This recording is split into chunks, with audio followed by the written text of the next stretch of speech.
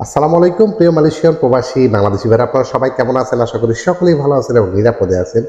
দীর্ঘ অপেক্ষার পরে মালয়েশিয়ার সকলের না কিছু প্রবাসীদের মনের আশাটা পূরণ হয়ে গেল। আলহামদুলিল্লাহ, আলহামদুলিল্লাহ, আলহামদুলিল্লাহ। যার যেই সমস্যা সেই সমস্যাটাই অনেকের কাছে অনেক বড়।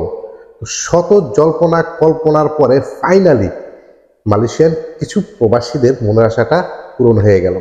এরকমই একটি আপডেট নিউজ থাকবে আজকের এই ভিডিওতে। কি স্কিপ করে দেখবেন না, সম্পূর্ণ ভিডিওটা আমার সাথে থাকবেন। আর যারা ভিডিওটা ফেসবুক পেজ থেকে দেখতেছেন অবশ্যই ফলো দিয়ে ভিডিওগুলো শেয়ার করে সমগ্র মালয়েশিয়ার প্রবাসীদের কাছে পৌঁছে দেওয়ার একান্তই দায়িত্ব আপনাদের। হয়তো এখন কিছু প্রবাসীদের প্রয়োজন নেই, বাট ডে বাই ডে এটা টুডে অর টুমোরো প্রত্যেকটা প্রবাসীরই ভীষণ কাজে লাগবে। আর যদি ইউটিউব চ্যানেল থেকে দেখে থাকেন অবশ্যই সাবস্ক্রাইব করে পাশে থেকে বেল আইকনটা অন করে দিবেন। সেক্ষেত্রে সারা বিশ্বের প্রবাসীদের এরকম গুরুত্বপূর্ণ ইনফরমেশনগুলো সর্বপ্রথম পৌঁছে যাবে আপনাদের হাতে।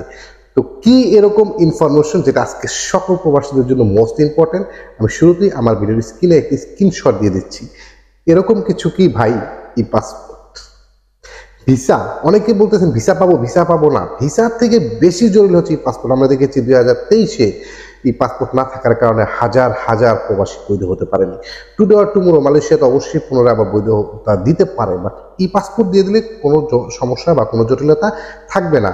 তো কি বলেছে মালয়েশিয়া অবস্থানরত হাই কমিশনার থেকে আজকে বিবৃতি দিয়েছে ই পাসপোর্ট নিয়ে। ই পাসপোর্ট শুরু হতে যাচ্ছে রিসেন্টলি, ডেট সহ কত টাকা লাগবে সকল কিছু। তো আমি বিবৃতিটা পরে আপনাদেরকে শোনাই, সেক্ষেত্রে বেটার হবে যদি আমি আউটসাইড থেকে বলি বা আপনাকে সরাসরি বলে দেয়। সেক্ষেত্রে বেটার হবে আমি হাই কমিশনার থেকে কি বলেছে সেটা যদি আপনাদেরকে পরে শোনানোর চেষ্টা করি। আমি স্ক্রিনে দিয়ে দিচ্ছি, তারপরেও অবশ্যই আমার সাথে থাকবে। ই পাসপোর্ট সেবা সংক্রান্ত জরুরি বিজ্ঞপ্তি হাই কমিশনার থেকে। মালয়েশিয়া বসবাসরত সম্মানিত সকল প্রবাসী বাংলাদেশির সদয় অবগতির জন্য জানানো যাচ্ছে যে Bangladesh high commissioner Kuala Lumpur Malaysia প্রবাসীদের জন্য আগামী 19শে এপ্রিল 2024 তারিখে ই পাসপোর্ট সেবা চালু হতে যাচ্ছে। আলহামদুলিল্লাহ। প্রবাসী বাংলাদেশি যাদের জাতীয় পরিচয়পত্র এনআইডি কার্ড অথবা অনলাইন জন্ম নিবন্ধন সনদ বিআরসি ইংলিশ ভার্সন, মানে জন্ম নিবন্ধন সনদ, হয়তো অনেকেই বিআরসি এটা বুঝবেন না, আমি সম্পূর্ণ এখানে স্পেলিং করতেছি। এই কারণেই আপনাদের এই ইনফরমেশন, এই নোটিশটা সঠিক আকারে আপনারা বুঝে নেবেন, কোনো এজেন্ট ফইরা দালালদের কাছে যাবেন না। যার জন্য আমি নোটিশটা সম্পূর্ণ আপনাদের পড়ে শোনাচ্ছি। আশা করি প্রত্যেকটা ব্যক্তি নিজে নিজের ই পাসপোর্ট তৈরি করতে পারবেন। এখানে বলছে জন্ম নিবন্ধন সনদ বিআরসি ইংলিশ ভার্সন, মানে আপনি ইংলিশ ভার্সন, আপনি যে জন্ম নিবন্ধন সেটা যদি আপনি বাংলা করা থাকে অবশ্যই সেটা ইংলিশ ভার্সন করে নিতে হবে। ইংলিশ রয়েছে। ই পাসপোর্টের জন্য আবেদন করতে পারেন যদি ইংলিশ ভার্সন থেকে থাকে জন্ম নিবন্ধন। এনআইডি কার্ড থাকলে দিস ডাজেন্ট ম্যাটার, পাসপোর্ট থাকলে দিস ডাজেন্ট ম্যাটার। এবং যদি আপনি নতুন পাসপোর্ট তৈরি করতে চান সেক্ষেত্রে অবশ্যই আপনার জন্ম নিবন্ধনটা ইংলিশ ভার্সন করে নিতে হবে। অপ্রাপ্তবয়স্ক 18 বছরের কম, 18 বছর মানে 18 বছরের নিচে হয়তো হচ্ছে না।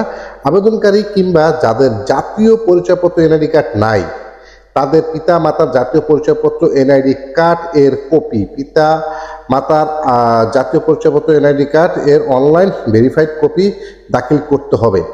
বিষয়টা বলেছে যাদের এনআইডি কার্ড বা জন্ম নিবন্ধন কিছুই নাই, দীর্ঘদিন মালয়েশিয়াতে অবস্থান করতেছেন, সেই ক্ষেত্রে আপনি আপনার বাবা মার এনআইডি কার্ডের ফটোকপি যদি তাও না থাকে তাদের জন্ম নিবন্ধন সত্যায়িত করা সেটা দাখিল করতে হবে, ইংলিশের মাধ্যমে নিতে হবে আপনার কাছে। পরবর্তীতে বলেছে ভেরিফাইড করা দাখিল করতে হবে, মানে ভেরিফাইড করতে অনলাইন সাবমিট, সেটাকে বলে ভেরিফাইড।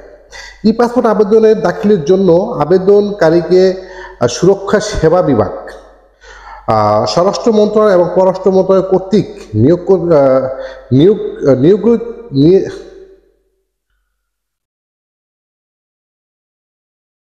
মন্ত্রণালয়ের কর্তৃক নিয়োগকৃত outsourcing company expert service SDN BSD Kuala Lumpur ESKL এর মাধ্যমে অ্যাপয়েন্টমেন্ট নেওয়া বাধ্যতামূলক। নিম্নে উভয় পদ্ধতি অ্যাপয়েন্টমেন্ট নেওয়া হবে, মানে আপনি যেই ডকুমেন্টগুলো আমি বলেছি সেই ডকুমেন্টগুলো ক্রিয়েট করার পরে এক্সপার্ট সার্ভিস এসডিএন বিএসডি, আপনারা জানেন এক্সপার্ট সার্ভিসের মাধ্যমে, মানে ওয়ান স্টপ সেন্টারের মাধ্যমে কিন্তু এই পাসপোর্টগুলো দেবে। সেক্ষেত্রে আপনি অবশ্যই যদি আবেদন করতে চান এই সকল ডকুমেন্ট থাকার কারণ, সেক্ষেত্রে আপনি অ্যাপয়েন্টমেন্ট নিতে হবে সর্বপ্রথম।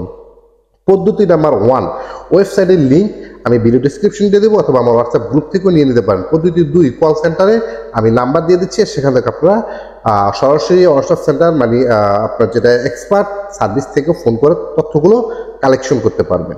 Expert service Kuala Lumpur SDN BSD এর ঠিকানা, expert service Kuala Lumpur SDN BSD. আপনারা অবশ্যই ঠিকানাটা জানেন। তারপর ঠিকানাটা আমি এই যে ইমেজটা দিয়েছি এই পাসপোর্ট সেবা সংক্রান্ত জরুরি বিজ্ঞপ্তি, এর মধ্যে সম্পূর্ণ ডিটেলস দেওয়া আছে। সেই ঠিকানা অনুযায়ী আপনি অ্যাপয়েন্টমেন্ট নেবেন। পরবর্তী নির্দেশ না দেওয়া পর্যন্ত নিম্নে হারে ই পাসপোর্ট এর সরকারি ফি নির্ধারণ করা হলো। ই পাসপোর্টে কত টাকা লাগবে, কত টাকা খরচ হবে, এভরিথিং এই নোটিশের মধ্যে দেওয়া আছে। আমি স্ক্রিন দিয়ে দিচ্ছি, তারপর আমি আপনাদের বলার চেষ্টা করব। ভিসা ক্যাটাগরি, ই পাসপোর্টের মেয়াদ, সরকারি ফি, ESKL এর সার্ভিস চার্জ। তো এখানে আমি নর্মালি আপনাদের বলি রিঙ্গিত লাগতেছে। এখানে আপনার যদি 5 বছর 10 বছর নিয়ে থাকেন এবং 48 পাতা 5 বছর 10 বছর, 64 পাতা 5 বছর 10 বছর। এখন যদি আপনি 48 পাতা নেন 5 বছর মেয়াদি 10 বছর মেয়াদি, সেক্ষেত্রে নিয়েছে 164 রিঙ্গিত। 10 বছর মেয়াদি নিয়েছে 273 রিঙ্গিত। 64 পাতার 5 বছর মেয়াদি নিয়েছে 817 রিঙ্গিত। 10 বছর মেয়াদি নিয়েছে 953 রিঙ্গিত। এবং 48 পাতায় 5 বছর মেয়াদি 545 রিঙ্গিত, 10 বছর মেয়াদি 681 রিঙ্গিত। 64 পাতায় 5 বছর মেয়াদি 817 রিঙ্গিত, 10 বছর মেয়াদি 953 রিঙ্গিত। সেটা সেম ক্যাটাগরি করেছে এখানে সাধারণ শ্রমিক ও ছাত্রছাত্রীর জন্য এবং অন্যান্য বলতে এখানে বিভিন্ন ক্যাটাগরির লোক রয়েছে, তাদের জন্য এই পাসপোর্ট। কিন্তু আমরা যেহেতু শ্রমিক এবং ছাত্রছাত্রী, এটি আমাদের বেস্ট। 48 পাতা 5 বছর মেয়াদি আবারও বলি 164 রিঙ্গিত, 10 বছর মেয়াদি 273 রিঙ্গিত এবং 64 পাতা 5 বছর মেয়াদি 817 রিঙ্গিত, 10 বছর মেয়াদি 953 রিঙ্গিত। এখন সার্ভিস চার্জ, যদি আপনি শ্রমিক বা স্টুডেন্টের মধ্যে হয়ে থাকেন সেক্ষেত্রে 32 রিঙ্গিত লাগবে শুধু আপনার সার্ভিস চার্জ। বিশেষ দ্রব্য, বর্তমানে ই পাসপোর্ট আবেদন সরকারি ফি এবং ওয়েস্ট অনার্স কল্যাণ তহবিল বাবদ আদায়কৃত কনসুলার ফি 10% হারে সার্ভার সাইজ বিদ্যমান সার্বিক ডলারের সাথে মালয়েশিয়ার রিঙ্গিতে মিল রেখে এই নির্ধারিত হয়েছে। মানে বর্তমানে ডলারের সাথে মিল রেখে হাইকমিশনার এই ফিটা এবং চার্জটা নির্ধারণ করেছে। পরবর্তীতে হাইকমিশনার বিবৃতির মধ্যে দিয়ে হয়তো কমতে পারে, বাড়তে পারে। এই ছিল আজকে মালয়েশিয়ান প্রবাসীদের জন্য দারুণ কিছু খবর। টোটাল ডিস্টেন্সটা, টোটাল ফিগারটা আমি আপনাদের বলার চেষ্টা করেছি। আশা করি ভিডিওটা প্রচুর পরিমাণে শেয়ার করবেন। তো এই পাসপোর্ট নিয়ে আরও যদি কারো কোনো প্রশ্ন থাকে, ইনশাআল্লাহ রিসেন্টলি আরও কয়েকটা ভিডিও আসবে ক্লিয়ার হওয়ার জন্য। আর যারা এই পাসপোর্ট যে বন্ধ হয়ে যাবে এরকম কিন্তু না, একটু ধৈর্য ধরবেন। প্রত্যেকটা কাজে একটু ধৈর্য ধরবেন, তারপরে ডে বাই ডে একদম পানির মতন ক্লিয়ার হবে। এখন যেমন আপনাদের এমআরপি পাসপোর্ট তৈরি করতে একটু ঝামেলা হয়েছিল প্রথম, এখন ইজি। বাট এই পাসপোর্টটা সেম, প্রথমে একটু ঝামেলা হবে, পরবর্তীতে ইজি। ভিডিওটা অনেক লেন্দি হয়ে যাচ্ছে, যার জন্য আমি স্পিডে বলতেছি, সবাই ক্ষমার দৃষ্টিতে দেখবেন। তো অবশ্যই এই পাসপোর্ট নিয়ে কোনো প্রশ্ন থাকলে নেক্সট আবার আমি আসবো ভিডিও নিয়ে। সকলে ভালো থাকবেন, নিরাপদে থাকবেন। দেখা হবে নেক্সট কোনো ভিডিওতে। আসসালামু আলাইকুম।